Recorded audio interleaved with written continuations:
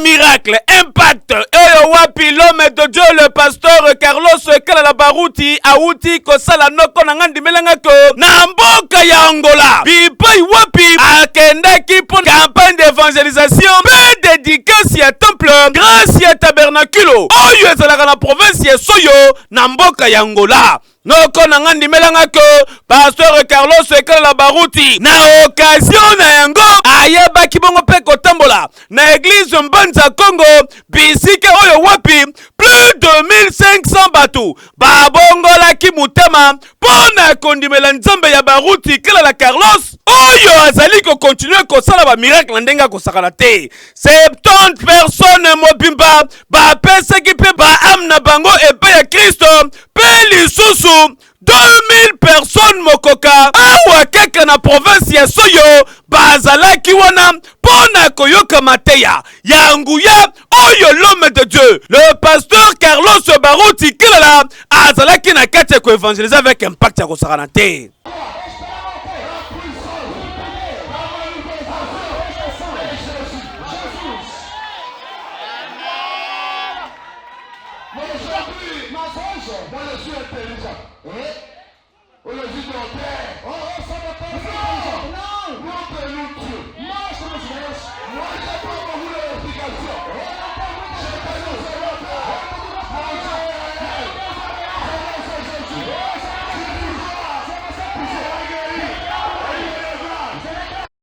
Na Soyo epai ya pasteur Kote ndimelanga ko bato bongola ki mitema kondimela Jésus Christ nzambe ya Baruti Kasongo oyo azali kotambola na Baruti Kalala Carlos na moya lelo okanisi esili tanta na Mbanza Congo même opération parce que Jésus Christ est le même hier aujourd'hui peut éternellement bisika oyo wapi pasteur Paolo Paul azeraka libota ya nzambe yeba que pasteur Carlos Kalala alekaki pe wana avec impact ya kosakana te ba miracle jamais rata. Ah oui, avec le pasteur Baruti Kalala Carlos, le Dieu de mon père est vivant.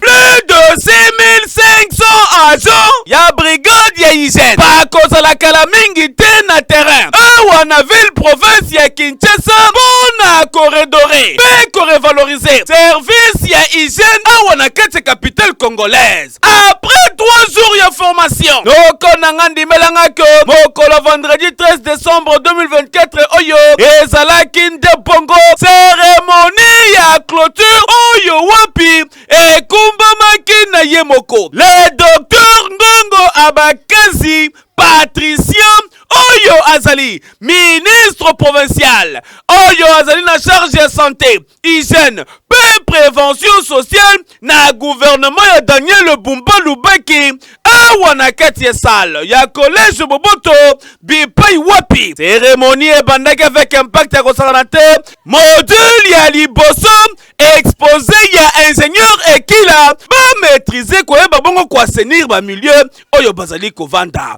Deuxième module ezalaki bongo exposé ya docteur Isabelle oyo abetaki ntunzu na etutu na oyo etali hygiène pe santé moment ya discours ya représentant ya Annabelle docteur Jean-François oyo wapi atalisaki utilité ya partenariat oyo ezali signé entre ministère provincial ya santé ya ville province ya Kinshasa na lisanga na bango Annabelle. Après discours ya chef de division provinciale ya santé ya ville province ya Kinshasa, son excellence monsieur le ministre provincial ya santé publique hygiène et prévention docteur Ngongo Abakazi Patricien azwaki maloba personne ne contrôle mayo tomelaka mutu contrôler jio tomelaka toyebi environnement et la santé est envahi par les indo-pakistanais ou les autres bateaux étrangers qui font des choses oyo mutu ya ko contrôler azate azate pour nani parce que c'est seulement brigade oyo banda ko sala musala ngona ba zone de santé na ba aire de santé et kufa toki kufa te bazali ba komaki déjà bakolo et belé bazozela ba retraite na on de tolobi tokoki kotia mbongo ebele na ko traiter te mutu asa komi malade. Vaut mieux biso to ba vaut mieux prévenir que guérir. To banda na prévention, ça veut dire to contrôler bande ko na biso ko banda na ndaku na bango. Toilette zandenge nini ndaku no zandenge ni biseko ya kolongola konso pona ko éviter ba malade mususu. Ebi lelo ville ya Kinshasa depuis 1970 aza envahi na épidémie qui ça mutu ayeba pourquoi parce que seulement mutu azokotala ba ménage azalaka isusu te, mutu azokende ko contrôler restaurant azate, mutu azokende ko contrôler hôtel azate. Ba izine ba ji oyo zomona ba ditif mususu esale makaisu te na mboka bapaya awa ba tira onka na ji tozala betude kalembele mbapesi et consort ke bana biso kutu ba komi ko bela ko bota mala maladie ya sucre. L'ensemble so otali ba malade lelo mutu à 30 ans a commis hypertendu, mutu à 32 ans a diabétique, ça veut dire qu'il y a des maladies qui oza croître comme ça biso comme ba politique publique. Il faut redynamiser cette brigade qui va nous aider à assainir et à contrôler Babilo Konyo Soana pour que au moins tous allons mouké à un hôpital, mais tout prévenir que la maladie est alité. Net vision ya Tata Mokonzi ya ville province ya Kinshasa, Daniel Bumbalubaki, na vice-gouverneur et dit Yeli Biso, le ministre provincial de la santé, nous avons en route notre vision globale de la gestion de la ville provinciale. Il faut former plus de 6000 brigadiers d'hygiène dans le secteur. Ndunde kote ka maisute ndenge zote ka malelo, lipe kote ka maisute ndenge zote ka malelo, biloko koko za l'exposer ka boete, outi na nyamano na mboka wene mba moko bomio che ba kinwa bali ekoko sale maisusu lobite, osali forage na yo, ozumba moko bandi ko pesa batu mai santo e ba qualité ya mai wane koko sale maisusu lobite, yo mutoza na izini ya lipa. Ozo sala ba lipa me bato ba sala ka wana bana certificat de bonne santé te ekoko sale maisusu lobite, bato bo sala ba ji ba mai ba pharmacie ba biloko tout ezaka ko concerner santé na kati boy ba ke lobby et ko lekalelo donc Kinshasa ezobonga et puis obonga encore kanisi asili tata mon ya remise ba brevet et zala qui au rendez-vous avec impact ya consacrateur pe cérémonie ya signature ya partenariat entre Annabelle le ministère provincial ya ngonde clôturer que cérémonie avec impact ya consacrateur nako phase ya liboso ezali nde bongo Gombe Ngiringiri pe zone de santé alimentée bakala mingi te eko s'étendre na ba zone de santé tu ya ville province ya Kinshasa. Ya biso ezali kokoba se kokoba avec ma révélation ya kapata awa na kati ya aseka wenze ebina mobange na milulu oyo bandaki du 24 novembre pe ekosila le 30 décembre 2024 oyo chaque jour nongonga 16h noko nanga ndimelanga que thème comment le monde des esprits opère avec le coffre-fort Yann Zambé apôtre Jean-Marie Chimungu par révélation ya somo oyo ezali fongola bana nzambe bongo otuninga ya adresse na numéro 1803 ya avenue de Martyrs awa na wenze na Congo Brazzaville milulu ezali kokoba bongo se kokoba tala yo moko ambiance yo soye bate papa tanela papa tanga foto bate na bongo baluka mabele na yo baluka boye basoke de ba plainte ko nyo sumena moyo za nani mutu na ba plainte akota moyo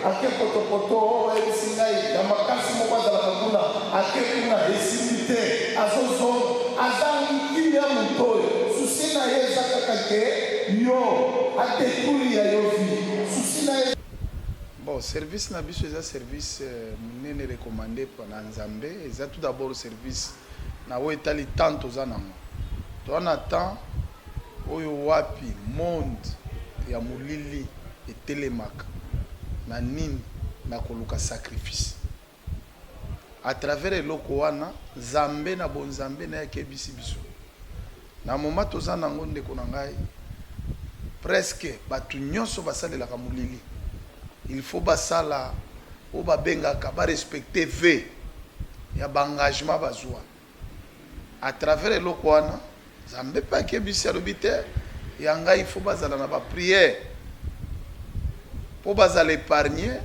ezala na nzela ba accident na nzela ba maladie na nzela ba problème belé au monde amulile bon titi na minute eza ya prière papa secret mususu eza déjà prière ba veiller ko luka Nzambe ko jeûner Pona nini tozana tamabe. Pona tamabe. Au monde mobimba. Monde mobimba. Milimu mabe telemaka. Monde. Landa na Toulouse. Na landi na France, papa na Toulouse. Comment va ça là babengini manifestation diabolique. Babimi. Kobima wana. Eza esprit ezobima. Domoni épidémie ekangami monde partout épidémie ezota. Si otala bato bazoluka makilati. Siko yo kolala pongi. Yo kolala pongi te eza moment mutu nyonso azo veiller, prier que na kurubiro to tikali na ngwa tamuke o. To leka ngo na kimia to. Zanga te papa faut to komisa Nzambe. Nzambe wana bateli biso. Yo na ngai. Batu boni bakufi. Oyo yebi. Yo ke matanga batu boni. Batu boni batandami lokola bibembo talibo yebaki ozalaki naye boni mais Nzamba bateli yo okoko ya te osana bolamu Nzamba salele yo te ane mobimba bolamu noko mikolo tikali ya kotanga yake koyoka koyeba pe koyekola ndenge nini le monde des esprits ezali na kati ya coopérer avec le coffre-fort ya Nzambe l'apôtre Jean-Marie Chimungu aseka wenze ebina ezali kozela yo maboko ya kufungwama. Mobangi ya culte oyo ezalaki bongo organisé dimanche 8 décembre 2024 oyo awa na église pentecôtiste lumière du monde mboka ekimelo oyo ezalaka na arrondissement 6 talangai na quartier Manyanga noko na ngai nimelanga que référence ezalaka bongo arrêt la ferme bazalaki bongo très bien nourri et pas ya motei pe mosali ya Nzambe ya solo avec maman na thème comment se défier de toutes les fêtes non bibliques loko la fête ya Noël bana na Nzambe ba sepelaki ba yokaki ba vérité cachée ba yokaki ba mystère caché oh ba fête za na kati ya Biblia te. Bon, comme on a apôtre Georges Biela naza apôtre ya église pentecôtiste lumière du monde mboka ekimelo awa tozana Congo Brazzaville naza apôtre ya mboka ekimelo oyo ekambami na mosakoli molindo ju à partir ya Congo Brazzaville. Oui, ndenge bomonaki bato batondi ebele zalaki etuluku ndenge uti koloba parce que esika Nzambe ya solo azali bato bazalaka pe ebele. Ekomami na Jean chapitre 6 deuxième verset Bible elobi ete etuluku ya bato balandaki Christ pona makambo ya minene oyo bandaki kosalela bato ya maladi ba miracle. Bon, liloba oyo tokabolaki na bana Nzambe na mokolo mwa lelo ezalaki pona likambo etali Noël ndenge toza na décembre na début décembre awa toyebi ke ezana ba bingomba ebele ba appuyer ke makambo ya Noël ndo tobandaki kolandela kofandela makambo ya Noël kolakisa bana Nzambe ke Noël ezali biblique te eza ata na verset moko te oyo elobi ke Noël c'est la naissance du Christ. Noël ezali fête ya Nzambe te parce que na Biblia ezali te. Le likambo tobandaki kokabola na bango pamba te makomi masanto elobi pe na mokanda ya Révélation 22:18 Révélation babengaka ba franc-maçon Apocalypse elobi soki obakisi likambo oyo ezali na Bible te Nzambe pe akolongola mapamboli kati na c'est-à-dire quoi eloko oyo babakisi le 25 décembre ke ezalaka Noël na naissance du Christ ekomami na Biblia te bato oyo bazali na Nzambe ya solo bakoki kofete Noël te Noël ezali satanique selon la Bible yango wana bato batombolaki mai na fin ya culte moto na moto atombolaki mai apa topamboli mai wana parce que Christ est moko nde liziba ya bomoi pe soki otali miracle ebele Christ asalaki yango na kati ya mai soki otali na ebandeli na Genèse chapitre 1er premier verset kokita Bible elobi tango Nzambe akelaki mokili la terre était informe et vide il y avait des ténèbres à la surface de l'abîme et l'esprit de Dieu se mouvait au-dessus des eaux. Bible elobi lisusu Christ mokolo oyo babetaki likunga na mopanzi na ngoma ya Golgotha mai ebimaki na mopanzi na ye. Sko Kristo nde liziba bomo itango totombolaka mai wana tozopambola mai tolobi mai oyo ezala lisusu mai te ekoma nde makila ya Kristo tango moto amelaka miracle pe esalemaka wana de moko bima ezali kindoki te ezali pe bokoko moko te tosimbaki na est nga nazali mwana ya mosakoli molindo aji tango nakotaki na mboka ekimelo le docteur Rabi Molindo aji nde aza mobeti mipepe ya liboso na mokili mobimba oyo ekomama na Marc chapitre 16 17 18 à mon nom ils chasseront les démons nde oyokaki oyo bazoganga nde bademo oyo Kristo alobi na kombo na ye tokobengana milimo mabe sali na mboka ekimelo biso tobenganaka milimo mabe nde église nyonso babenganaka milimo mabe te ezali ya Satan parce que recommandation ya Kristo alobi à mon nom ils chasseront les démons nde omonaki wana tozo imposer maboko milimo mabe ezoganga kati ya bato pe ezotika c'est biblique oui tokosala parce que normalement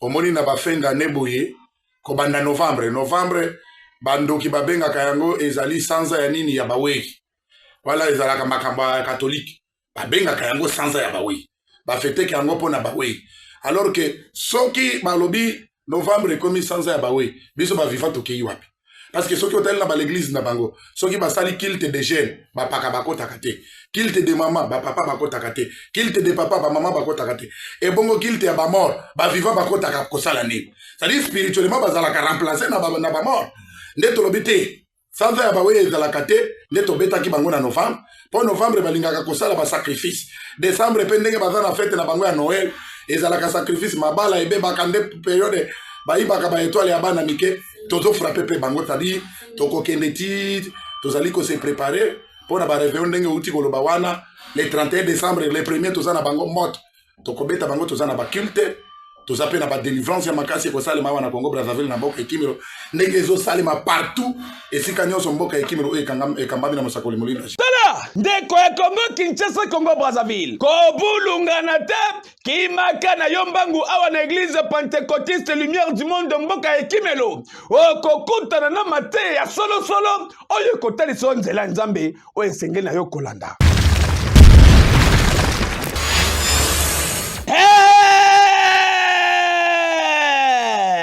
Jamais Obanga ya campagne d'évangélisation jamais narata mokolo samedi 28 décembre 2024 oyo et kozala somo mpe koinda mabe awa na église missionnaire ya Weshama avec comme thème ya campagne oyo la puissance de la prière bipai wapi l'homme de Dieu le prophète Élisée Tekwa l'homme de ainsi dit l'Éternel a kozala na pointe pona koyeba bongo ko célébrer Samado avec bayembi yanguya bayembi ya moto bayembi ya solo lokola évangéliste de Ningonde frère José Nzita le Chomen sœur Amina Esther bakisela bango lisusu le frère Jonathan Yafu bakozala na rendez-vous yango bongo nga na kozanga te na numéro 32 ya avenue Koutou quartier Yolo Sud na commune ya Kalamu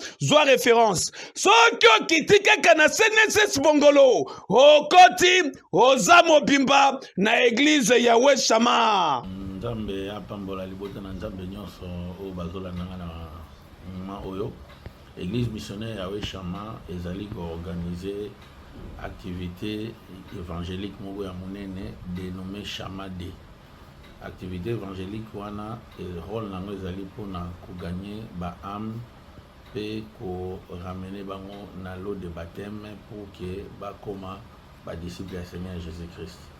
Donc yango le 28 décembre 2024 église missionnaire ya Weshama est organisée campagne d'évangélisation moko ya monene na avenue Koutou ekozala en plein air na avenue Koutou et tobengisi vraiment ba musicien mpe ya minene ya mboka na biso ba musicien chrétien tobengisi papa José Nzita akozala Jonathan Yafu akozala tobengisi Denis Ngonde akozala tobengisi mpe Sœur Aminata na et orchestre oyo ya église missionnaire ya Weshama étoile ya Weshama mpe bakozala mpona koagrémenter soirée yango tozali kobenga bana nzambe nyonso ekoba milundu ekobanda na 15h juste mpe ekosila na 19h juste tozali mpe koencourager bato nyonso bazali na baproblème oyo bazali na nse ya emprise ya Satan baya parce que na mokolo wana ndenge tokoeleve kombo ya Yesu Masiya ndenge tokokumisa mokonzi nzambe na biso Jésus Christ akodeverser grâce mpe miséricorde na ye afin que ba guérison, ba délivrance et ba prophétie et ba orientation spirituel ezala po na délivrance ya libota na nzambe. Bana nzambe nyonso tozosenga oyo bakoya bazala na état ya jeune wana ekobanda 0h ti 15h pour que baya pour recevoir quelque chose de la part du Seigneur, parce que jeune ezali moyen par excellence oyo et attiraka présence ya nzambe. Donc yo moto ozali na problème na ba difficulté tokolobela sur la puissance de la prière, parce que prière ezali clé oyo efungolaka ba porte spirituelle oyo ezali fermé, même ba porte physique oyo eza fermé. Tozomona na kati ya Bible Pierre azalaki na prison, mais azali na moto akokaki kosecourir ye te. Mais après avoir kobondela libondeli ya église esalaki ke nzambe atinda ange pour que aya kodélivre Pierre na prison. C'est-à-dire que au-delà ya intervention physique ya bato, prière ekoki kosala ke et déverser intervention moko divine spirituelle pour que moto azala délivré. Au de Christ ba église sœur nyonso bazali tout autour na Tungumani, Limete, Kauka, tobengi na Kasavubu, Ngeringeri, tobengi ba nyonso bakozala baya jour wana tokumisa que Jésus-Christ ensemble pe tobondela pour que bato bazali na se ya minyolo ya Satana bazala complètement délivré par la puissance du nom de Jésus-Christ. Tobengisi ba ndeko nyonso de partout na kati ya ville ya Kinshasa mpona milulu minene oyo église missionnaire ya Weshama ezo organisé le 21 décembre oyo esika nyonso bandeko bozali na ba problème ba maladie nyonso o bato baza nango tobengisi bino boya na Kutu 32 quartier Yolono dans la commune de Kalamu Nzambe ya Élysée Tekwe akobik Sabino. Toutes les mamans, les femmes congolaises, jeunes filles congolaises, nous vous invitons vraiment à cette grande manifestation. C'est une prière. La Bible dit que la femme sage bâtit sa maison. Alors nous allons venir bâtir notre maison ce 21 décembre ensemble avec l'église Yahweh Shama. Vous êtes vraiment invités et venez avec vos familles, avec toute la famille, et je crois que Dieu sera glorifié. Que Dieu vous bénisse. Samedi 28 décembre, de 15h à 19h, jamais Narata. 21 jours de jeûne et prière. Et Zala qui pongo clôturé. Mokola dimanche 8 décembre 2024. Oyo. Awa. Na ketia centre évangélique. La résurrection de Wenze. Bipai wapi. Ba prière ya kafu. Et Zala qui au rendez-vous avec comme thème saison de nouvelles choses. Les voies d'alliance. No konangandi melangake. Ba activité oyo. Et bandake du 17 novembre. Oyo Zala qui clôturé dimanche 8 décembre.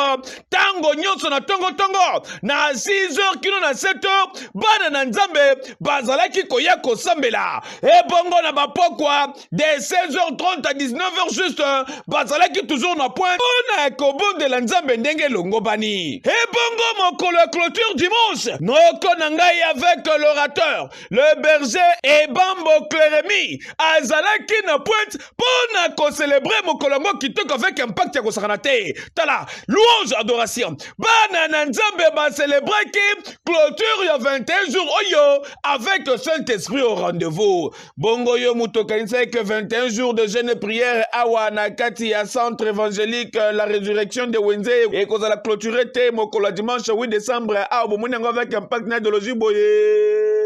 Est-ce que Nazane Sengo Makasi tout d'abord na pesi bana résurrection nyoso mbote na PCP église centrale ya biso ezana Kisasa, sans oublier pasteur Dominique Ngoy, notre daddy. Impression oyo na moni na 21 jours et salinga esengo makasi pour se na sentir déjà saison tokokota et cause la saison et l'amour na bana ya disekwa.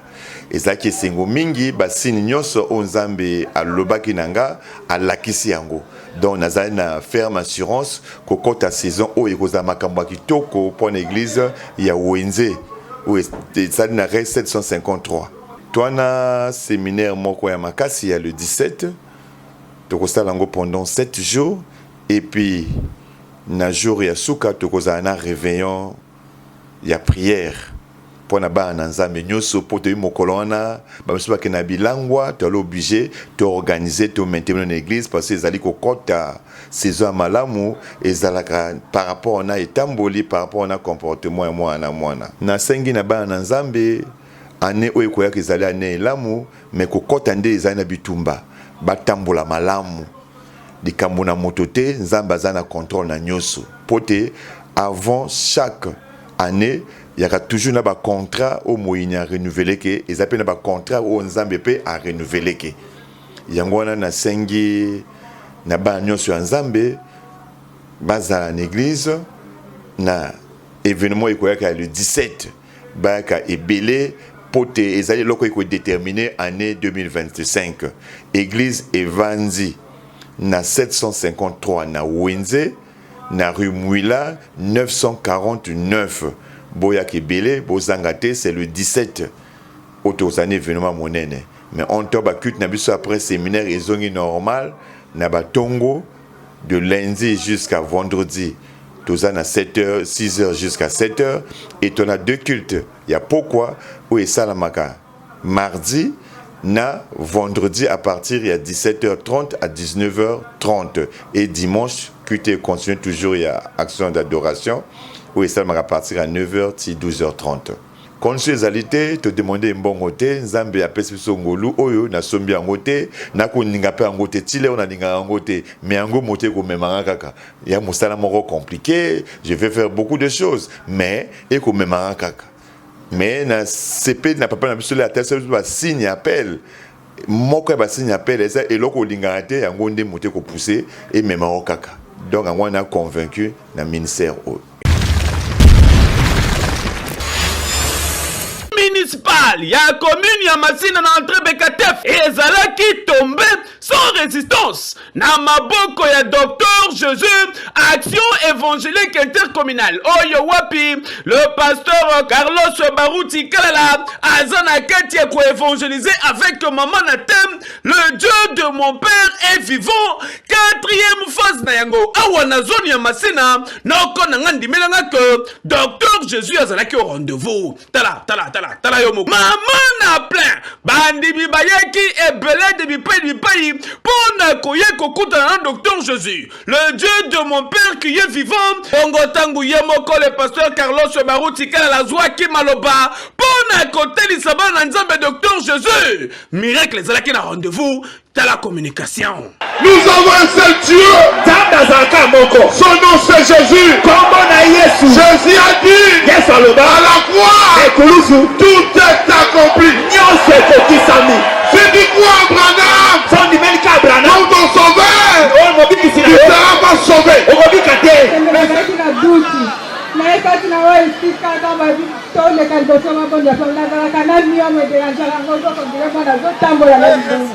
Na kisa unatenda na bongo ni na mali mara moja ndio ya pasteka ndio na vision na ngai.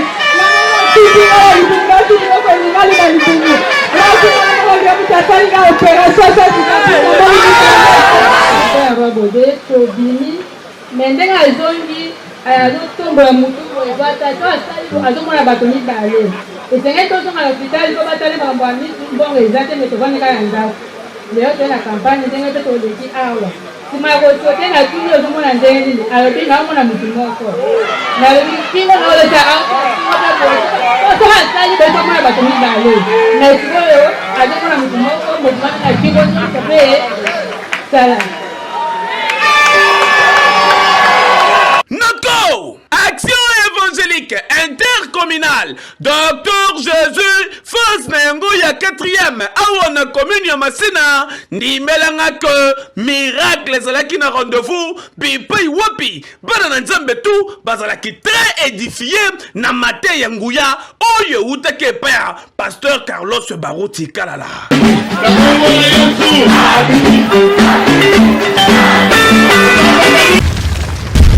Yabiso et Ratakate. Awanakati les ambassadeurs pour pour Christ, nous rendez-vous il y a chaque dimanche.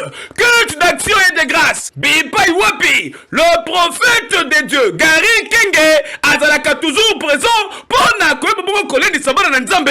Nimelanga culte il y a dimanche 1er décembre 2024 Oyo avec Maman Natem, les vases de l'éternel. Bipai Wapi, Maman prophétesse Yvette Kenge, à Panjaki Malobana Nzambe, Namukanda Psaume, chapitre 2, Banda 7, qui n'a 8e verset. Jérémie 18, 1, qui n'a 6e verset. Banana Nzambe tout, y a les ambassadeurs pour Christ, Bakumi Sekinkolo, Pona Mamana Mateya Oyo. Louange, paix, adoration, no konangandi melanga kezalaki na pointe, Bipai Wapi Bachane Ebele, Katanaki, parce que Nzambe avant na kati ya louange, awo bo komona pe ba miracle, et salimaki pendant Mateya Boye.